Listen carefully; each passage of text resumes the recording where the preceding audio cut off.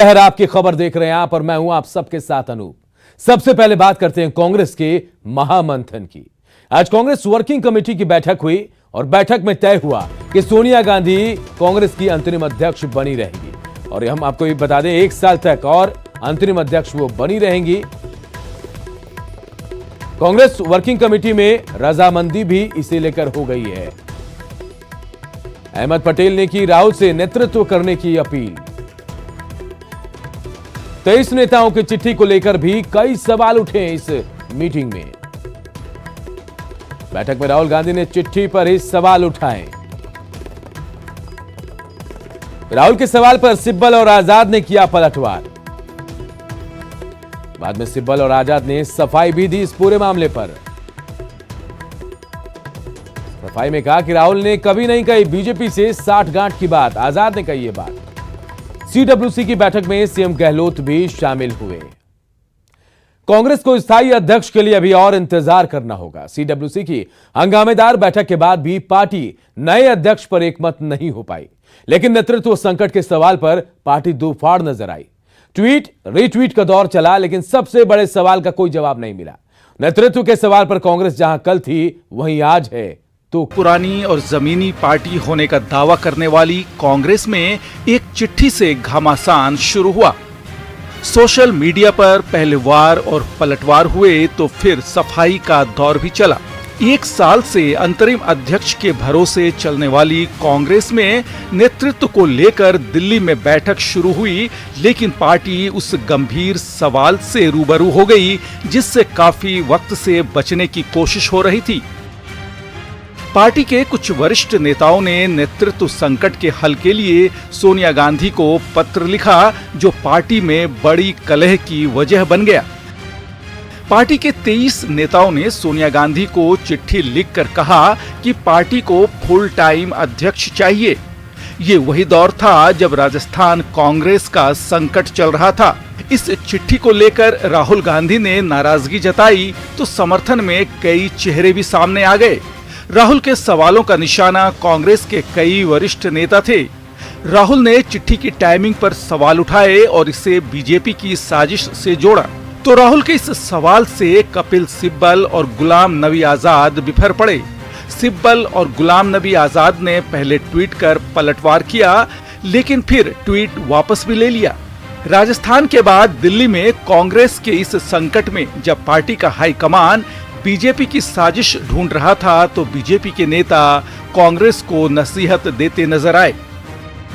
कांग्रेस को सही दिशा में लाने का सुझाव और सलाह दे, उस पर आरोप लगा दिया जाता है कि ये नेता तो भारतीय जनता पार्टी से मिले हैं। कपिल सिब्बल और गुलाम नबी आजाद जी जैसे नेता जिन्होंने पूर्णकालिक अध्यक्ष की बात कही, अब उन्हीं पे आरोप लगाए जा रहे हैं कि वो भारतीय जनता पार्टी से मिले हुए हैं। सवाल है कि देश की सत्ता में सबसे लंबे समय तक कायम रहने वाली कांग्रेस में ये संकट आया क्यों?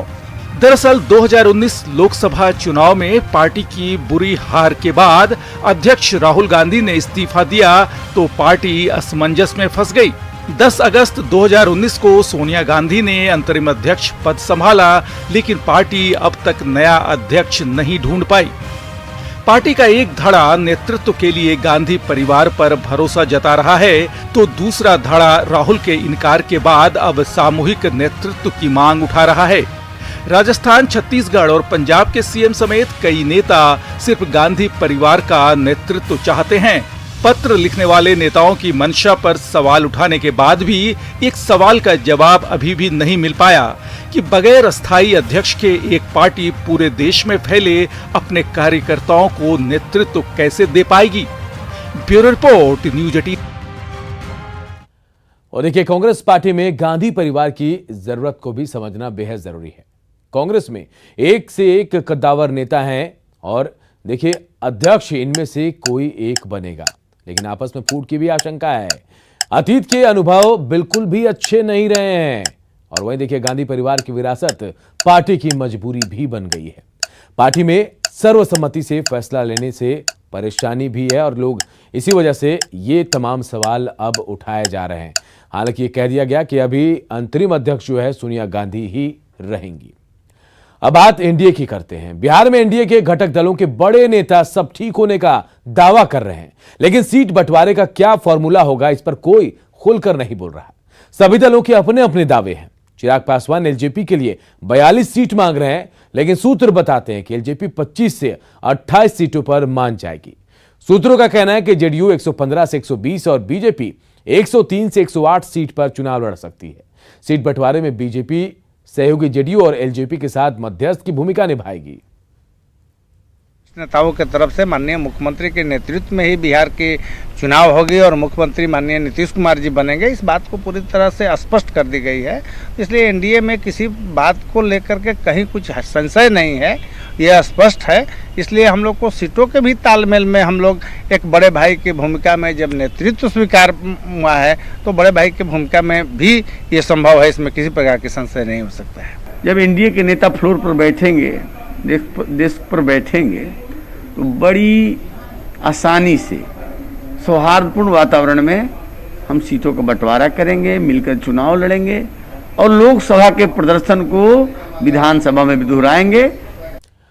और देखिए, सीट बंटवारे के फॉर्मूले के मायने को भी समझ लेते हैं। देखिए, ये तो तय है, साफ है कि एनडीए नीतीश के नेतृत्व में चुनाव लड़ेगा। जी हां, ये साफ हो गया और इसकी वजह भी बिल्कुल साफ है।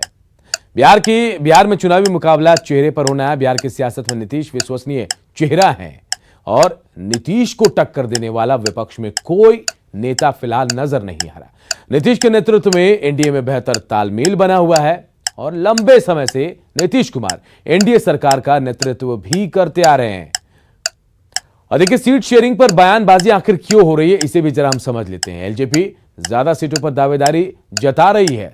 दरअसल पिछली बार जेडीयू महागठबंधन में था। जेडीयू और आरजेडी जो है 100 सीटों पर चुनाव लड़ी थी दोनों ने। 2015 में कांग्रेस को 41 सीटें मिली थी और एलजेपी कांग्रेस वाली यही जगह लेना चाहती है। ज्यादा सीटों के लिए एलजेपी की तरफ से यही वजह है कि दबाव बनाया जा रहा है। और बात आरजेडी की करते हैं। तेजस्वी यादव की मुलाकात के बाद भी रघुवंश प्रसाद सिंह अपने फैसले पर अडिग हैं। बताया जा रहा है कि रघुवंश प्रसाद सिंह अपने फैसले से पीछे नहीं हटेंगे और अपना इस्तीफा वापस नहीं लेंगे। न्यूज 18 से फोन पर बातचीत के दौरान उन्होंने कहा, एक बार फैसला कर लिया तो अब पीछे नहीं हटेंगे। उन्होंने कहा कि हमने ना तो सिद्धांतों से समझौता किया है और ना ही आगे करेंगे। आपको बता दें कि रामा सिंह प्रकरण के बाद रघुवंश प्रसाद सिंह ने आरजेडी के उपाध्यक्ष के पद से इस्तीफा दे दिया था। बाद में लालू प्रसाद बीच बचाव में उतरे, जिसके बाद रविवार को तेजस्वी यादव ने एम्स जाकर रघुवंश प्रसाद से मुलाकात की थी। और इधर देखिए, रघुवंश प्रसाद सिंह की नाराजगी पर तेज प्रताप यादव ने बड़ा बयान दे दिया है। तेज प्रताप यादव ने कहा कि पार्टी समुद्र है और समुद्र से एक लोटा पानी निकल जाए तो उसे कोई फर्क नहीं पड़ता है। कौन नाराज चल रहा, कौन नहीं नाराज चल रहा, वो सिचुएशन हमारे लिए नहीं है। हमारा सिचुएशन है कि हमारा बिहार क्या है, हमारा बिहार किस सिचुएशन से गुजर रहा है, हमारा ये मेन मकसद है।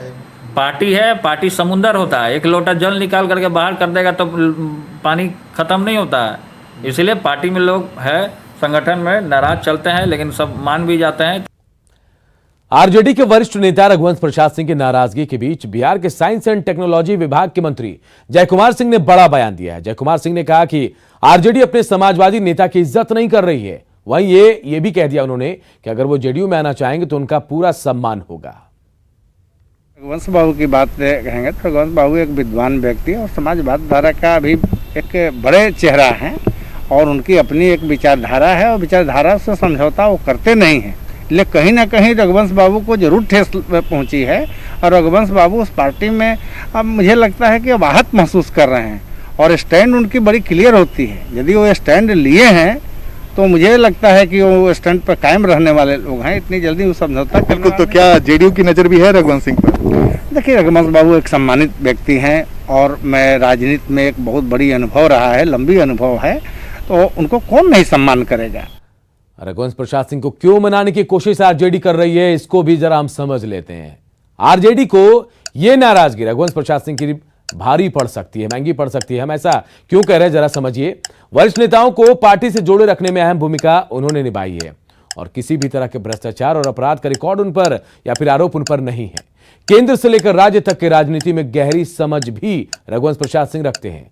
आरजेडी नेताओं में सबसे अनुभवी हैं रघुवंश प्रसाद सिंह।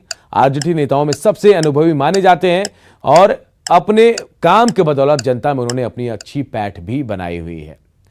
बिहार विधानसभा चुनाव में इस बार आरजेडी का भ्रष्टाचार बनाम एनडीए सरकार का भ्रष्टाचार मुख्य चुनावी मुद्दा होगा। एनडीए के नेता जहां लालू राबड़ी के सीएम रहते हुए घोटालों को उठा रहे हैं, तो वहीं आरजेडी एनडीए सरकार में हुए घोटालों को गिना रहा है। ये है कि गिनाना मुश्किल है।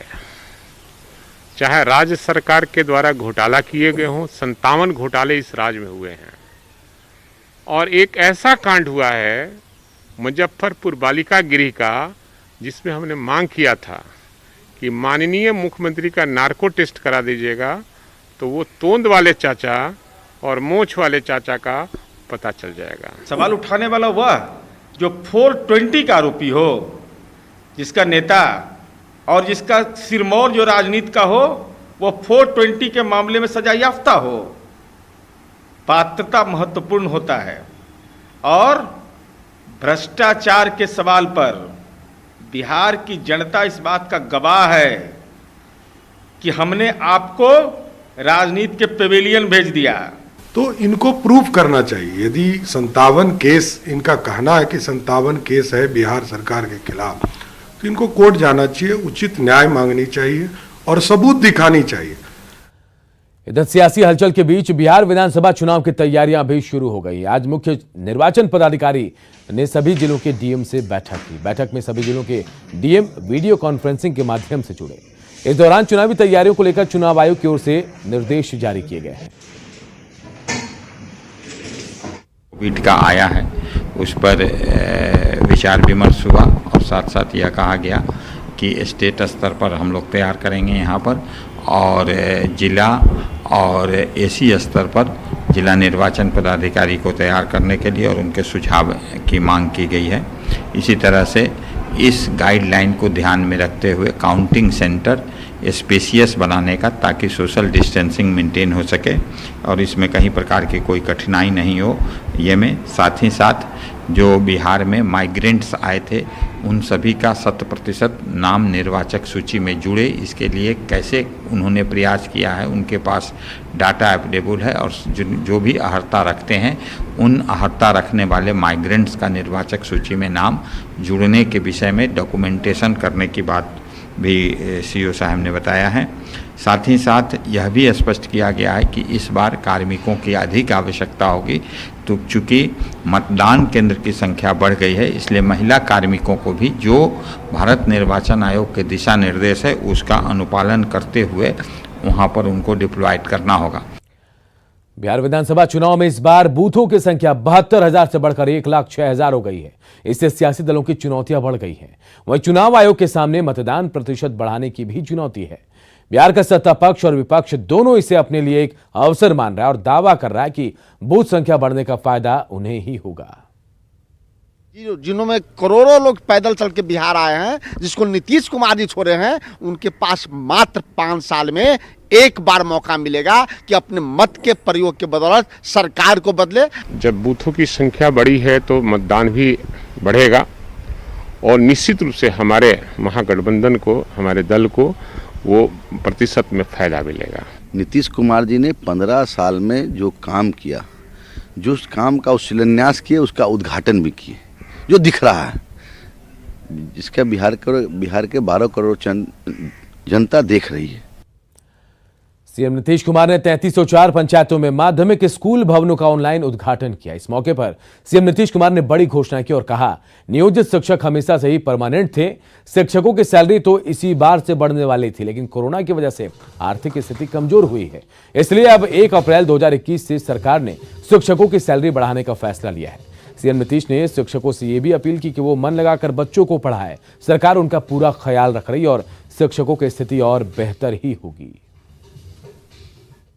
कि 1 अप्रैल 2021 से ही हम लागू कर देंगे और उसका विस्तार कर दिया। आपको ईपीएफ से जो पैसा मिलेगा और जो हम लोगों की तरफ से किया गया, इसको जोड़ा जाए, अगर 15% का किया है तो इसमें आप समझ लीजिए कि लगभग 1950 करोड़ रुपए की लगेगा और ईपीएफ योजना के अंतर्गत जो किया जाएगा खर्च, उसमें 815 करोड़ रुपया, यानी कुल मिलाकर के अतिरिक्त वित्तीय भार 2765 करोड़ रुपए का होगा और लोगों को 20% से भी ज़्यादा का लाभ मिलेगा।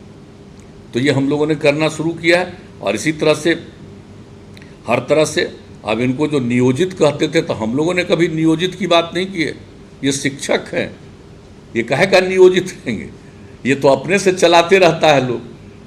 तो अब बहुत लोग तो ये भी लिख देता था कि कॉन्ट्रैक्ट पर है, अरे वो परमानेंट हैं, वो शिक्षक हैं, उसको नियोजित शिक्षक कर। यह भी हम लोगों ने कहा कि कभी कोई इसको नियोजित शिक्षक नहीं कहेगा, वो शिक्षक। चुनावी साल में सीएम नीतीश कुमार लगातार योजनाओं का उद्घाटन कर रहे हैं, जिस पर विपक्ष के नेता सवाल खड़े कर रहे हैं, जबकि जेडीयू के नेता आरजेडी को उनके 15 साल की याद दिला रहे हैं।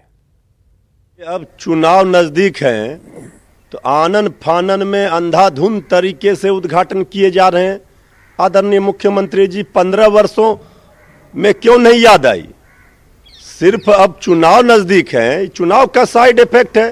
तो ये एक नीतीश कुमार जी का परियोजनाओं का उद्घाटन नहीं है, इनके चुनावी उद्घाटन है। आधा अधूरा ढहता ढनमनाता परियोजनाओं का उद्घाटन करते हैं। तो नीतीश कुमार जी भी बात करते हैं, देश भी जानती है, मीडिया भी जानती है कि उद्घाटन से पहले कोई ध्वस्त हो जाता है, कोई उद्घाटन के बाद ध्वस्त हो जाता है, कोई उद्घाटन के समय ही ध्वस्त हो जाता है। तो नीतीश कुमार जी का ये चुनावी उद्घाटन है।